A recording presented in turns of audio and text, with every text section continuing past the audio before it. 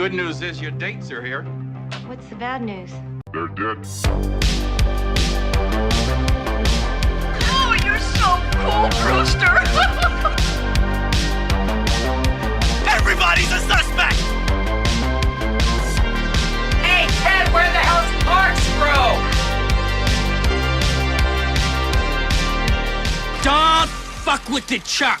Welcome back to Toe Tag Reviews. I'm Chuck, and today we're going to be talking about one of my favorite movies of the past decade, Ready or Not. It's got the beautiful, talented Samara Weaving.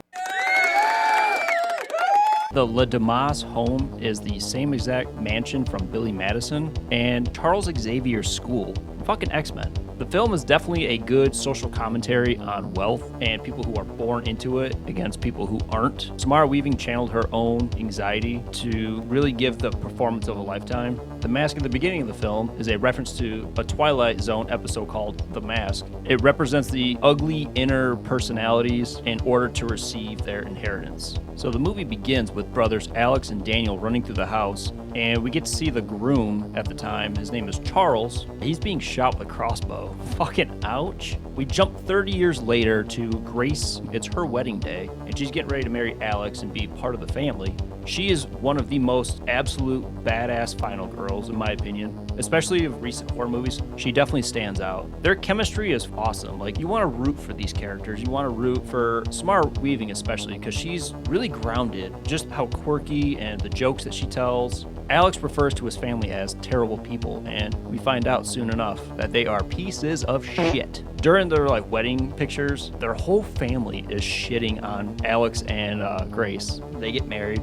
Alex tells Grace at midnight that she has to play a game, and it's kind of like an initiation to be part of the family. Alex's dad, Tony, gives a backstory about the Les Damas, their upbringing, and he kind of references Mr. LaBelle and how he endorsed all of them. Pretty much that's why they are successful, is because of Mr. LaBelle. Grace takes out a card, and it's hide and seek, but it turns into a game of survival real fast. Unaware of this, she is super stoked to play, and Alex is very, very, very hesitant because he knows the rules, he knows what's going to happen, but the rules are simple. You have to survive till dawn. While Grace goes to hide, she hides in a dumbwaiter, first of all. We see Alex's family start arming up, and the weapons that they arm up with are completely out of the century, like a fucking crossbow. Tony, what the hell is this? How old is this thing? Like a battle axe, fucking bow and arrow, a long rifle, and they kind of reference tradition throughout the movie. But as the song Ready or Not starts to play, the family kind of stands in a line, and we get to see another good social commentary moment. Each person in his family, you see their expressions on their face, from terrified to being completely over it, to being scared shitless,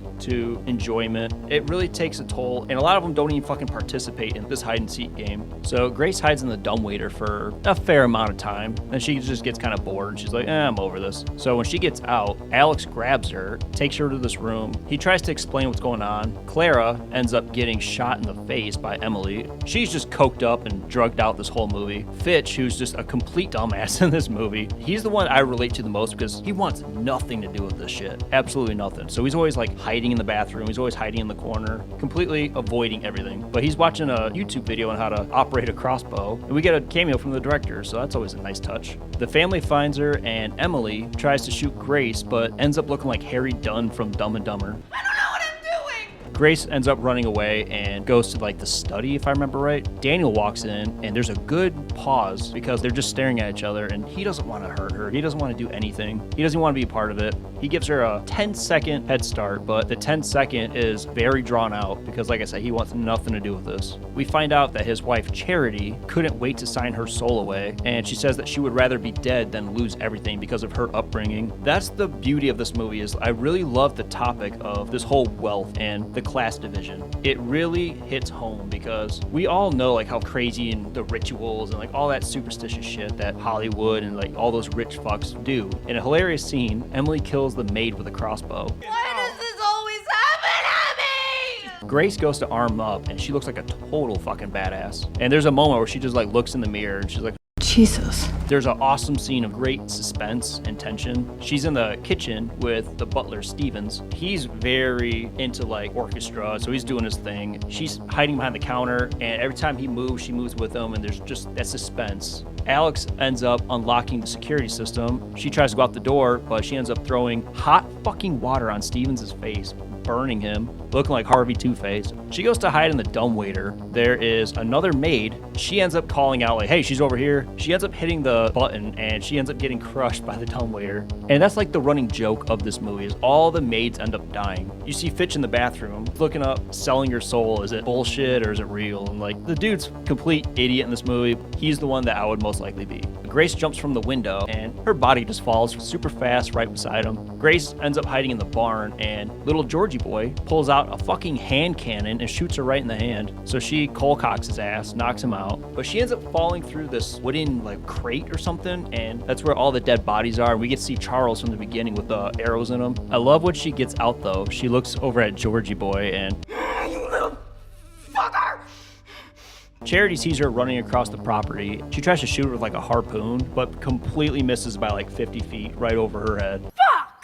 Grace ends up escaping the property and running through the woods, and we see Tony, who's Alex's dad, pull top-tier Nick Cage acting. This is a fucking game! We are all fucking fuck! Stevens finds Grace and ends up shooting her with a tranq dart, knocking her out, and as he takes her back to the big old mansion, she wakes up and they're FaceTiming the whole family, and they're trying to warn him, turn the fucking music down, she's awake. She ends up crashing the car by kicking him in the face. Stevens actually ends up dying here. But when she gets out of the car, there's another great moment between Daniel and Grace. She's once again begging, like, please let me go, like, you don't have to do this. He's drunk, but he just kind of tells him, like, if anyone was gonna save you, it was gonna be Alex. But he ends up knocking her out. He like gun butts her, knocks her out. While Alex is handcuffed to the bed, his mom comes in there and they kind of have like a heart to heart, and he just tells her like, if it came down between choosing Grace or you guys, I'm choosing Grace. And he just opens up to her and tells her why he left the family, which I would too. If my family is sacrificing people, fuck you. I love when Fitch is hyping himself up. He's like smacking himself in the face. Got this, Fitch. Don't be a bitch, Fitch. Don't be a bitch, Fitch. You got this, bitch. Grace is strapped to the table and getting ready for her demise. Out of nowhere, they all violently throw up, and plot twist, my boy Daniel end up poisoning everybody. I googled it. They'll shit weird for a week, but they'll be fine. Alex escapes, and Charity shoots Daniel right in the neck. It's rough because, like, I like Daniel. I don't agree with everything he's done, but, like, I feel bad for him because he just wants nothing to do with this shit. Like, it's a fucked up situation any way you look at it. There's no good outcome of this. Grace ends up killing Alex's mom right in front of him. Plot twist number 2, Alex turns on Grace, which I did not see coming. The whole movie he was talking about how he doesn't want nothing to do with it. He fucking hates everything about it. His family's terrible people. When everything's coming to an end, that's when he turns on her. I did not see that coming. But with dawn approaching, they try the ritual again, but end up failing. Here's the VHS rewind moment. Clear!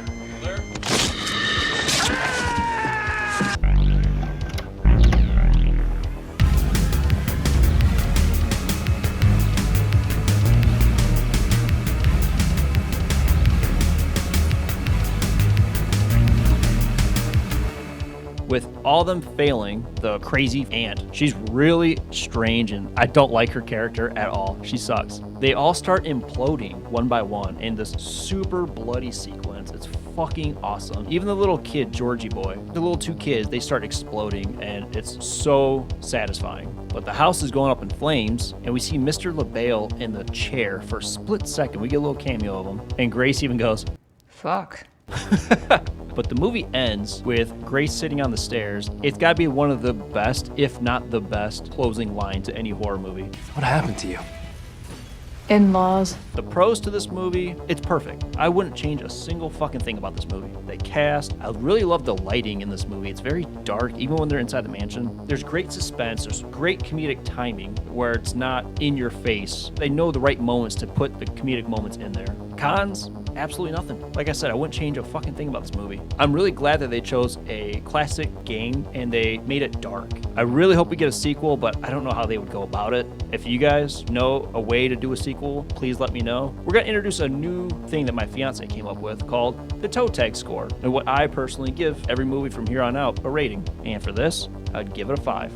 You can't beat this movie. The performances, the tension, wealth division, and class division. I love every single aspect of this movie. We also have a podcast that's up on Spotify. Be sure to check that out. Don't forget to like, subscribe. Until then, see you later.